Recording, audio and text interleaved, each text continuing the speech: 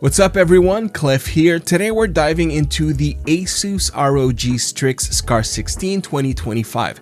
This laptop is basically ASUS saying it's not a laptop, no, it's a portable desktop gaming PC. And if ASUS's marketing wants to talk, hit me up. For real though, it's fast, flashy, and extremely refined. But I didn't say it was perfect, did I? You know what? Hi, I'm Clef and you're watching Game Tech Talk. I've been using the SCAR 16 for a couple of weeks now, gaming, productivity, even tossing it in a bag. Flew it overseas, and for what it offers, it's a seriously tempting package. Though the one I have with me is not one I'll be keeping, as this is going back to ASUS. In fact, it's no longer with me as you'll see this review. It'll start around 3,000 USD for the base config and can stretch past 3,500 depending on your CPU, GPU, RAM combo. It's not cheap, and anyone looking for the kind of specs this puts out probably knows what to expect. This is aimed at enthusiasts looking for the no compromise option, and having gamed extensively with it, it delivers on that promise. Speaking of, here's the config on screen that they loaned me, as well as the range of upgrades you could be looking at. Being a gaming tech channel, the big one for us on that list is the 5080 mobile GPU, but rest assured we'll cover just about everything. The build quality, ports, display, inputs, performance, gaming on it, only to end this on a quick pros and cons breakdown and a summary conclusion. The SCAR 16 is not subtle. At just over 6.1 pounds or 2.8 kilograms and 35mm thick when closed, it's a laptop in the same way an SUV is technically a car. The chassis feels premium with that ROG industrial gamer aesthetic. It casts RGB on the surface, and with their Anime Vision animated 810 LEDs on the lid, it's a head turner.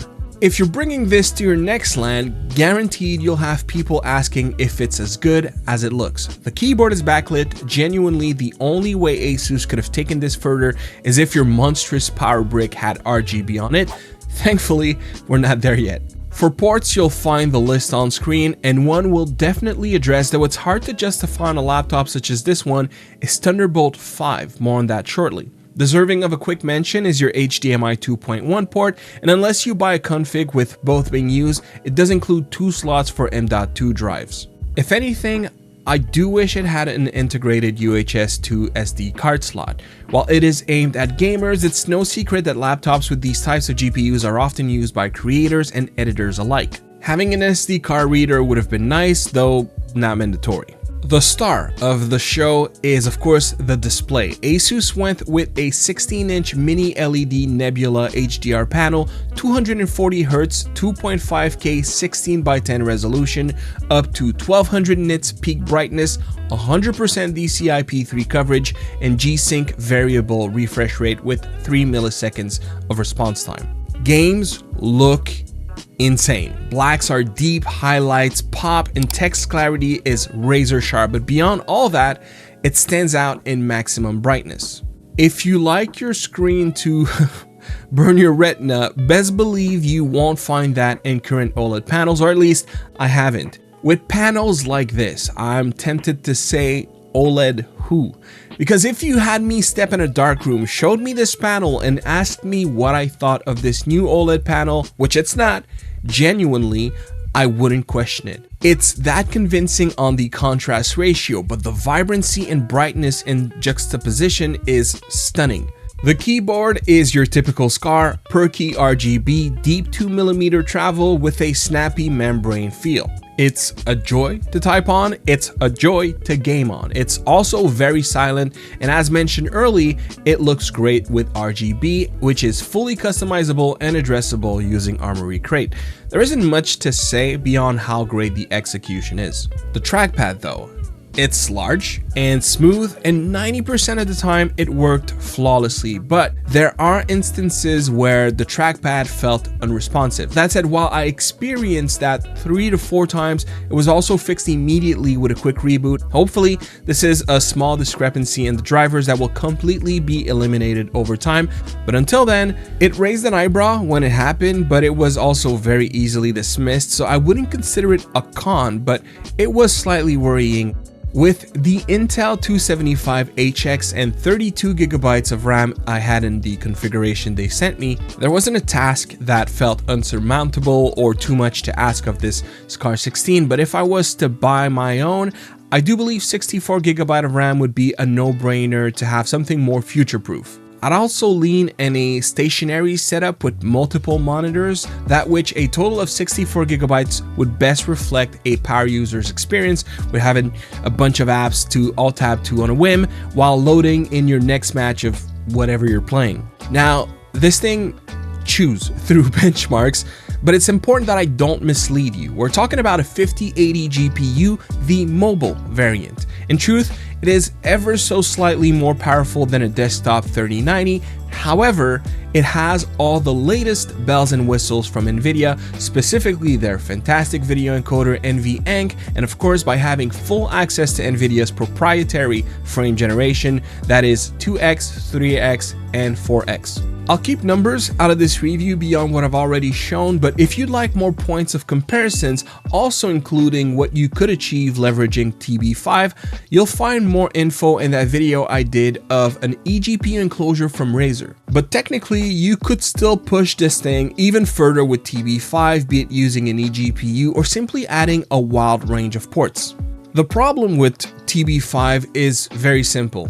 We need adoption to come faster. Nothing wrong with having it on the SCAR, and having thoroughly tested the port, it's obvious how much of a game changer that it truly is. When operating this behemoth, the takeaway is that all this power makes it feel more like you're operating from a desktop PC than a laptop, one that you can easily move from one room to the other. But, and this is the kicker, the fans. When you push it, it sounds like a jet. So that 3.5mm jack is not there for show, it's there for necessity. And forget gaming on this while in bed next to your spouse. You're better off leaving the laptop in the other room and using local network streaming to play on your phone, if that's the goal. The positive, cooling remained efficient, especially when talking about how consistent the experience felt when gaming on this portable gaming PC for hours. I'm coining this, guys. ASUS might call this a laptop, but you won't catch me doing that. There is one specific area where this review will be very slim compared to the rest, and it is software. As typical with most ASUS PCs, you'll find a bit of bloatware, McAfee being the most obvious one, but it's truly not that excessive. The one you'll most likely be happy to find is Armoury Crate, and much like the FlowZ13 review I made earlier this year, it's a different yet familiar flavor of Armoury Crate, not unlike what you'd find on a ROG Ally, for example. It'll be your hub for addressing the RGB, the lid LEDs, performance, profiles, and many more features. I do wish to commend how easy drivers and BIOS updates are issued with Armoury Crate and ASUS in general. While I don't have video captured to showcase that, it is not rare during the time I had it that I powered it up and was greeted by a very unobtrusive update, be it BIOS or software, very seamless. Starting with the pros, it delivers monster performance. The gorgeous mini LED HDR display, very stunning. The keyboard is great and has a very satisfying feel. Thunderbolt 5 is definitely future-proofing.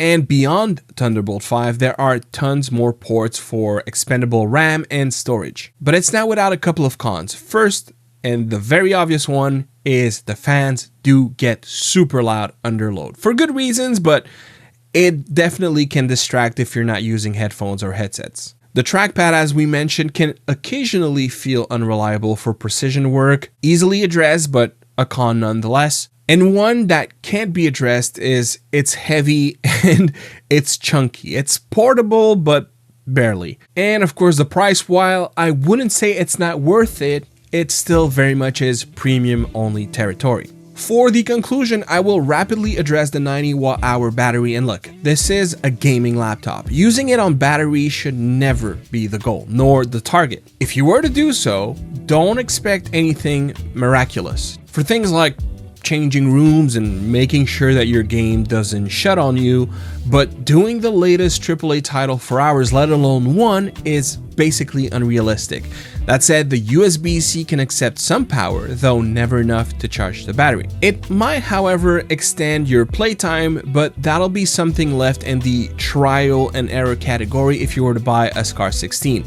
Rather, expect to be plugged 95% of the time using ASUS's proprietary connector and leverage that Wi-Fi 7 to stream off it instead. Now, should you buy the ASUS SCAR 16 2025? If you want the ultimate gaming laptop experience with a display that makes OLEDs nervous and performance that rivals desktop, this is it. It's not perfect. The fans will announce themselves to the entire room, and the trackpad might force a quick restart on you, but overall, ASUS built a beast. If you're a serious gamer, content creator, or just someone who wants bragging rights and a LAN party, the SCAR 16 delivers. And that's my take. What do you think? Would you daily drive a monster like this?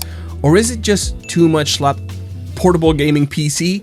Drop your thoughts in the comments. And if you enjoyed the content, hit that like button and subscribe for more gaming tech reviews. I'm Clef. Thank you very much for watching, and I'll see you on the next one. Peace.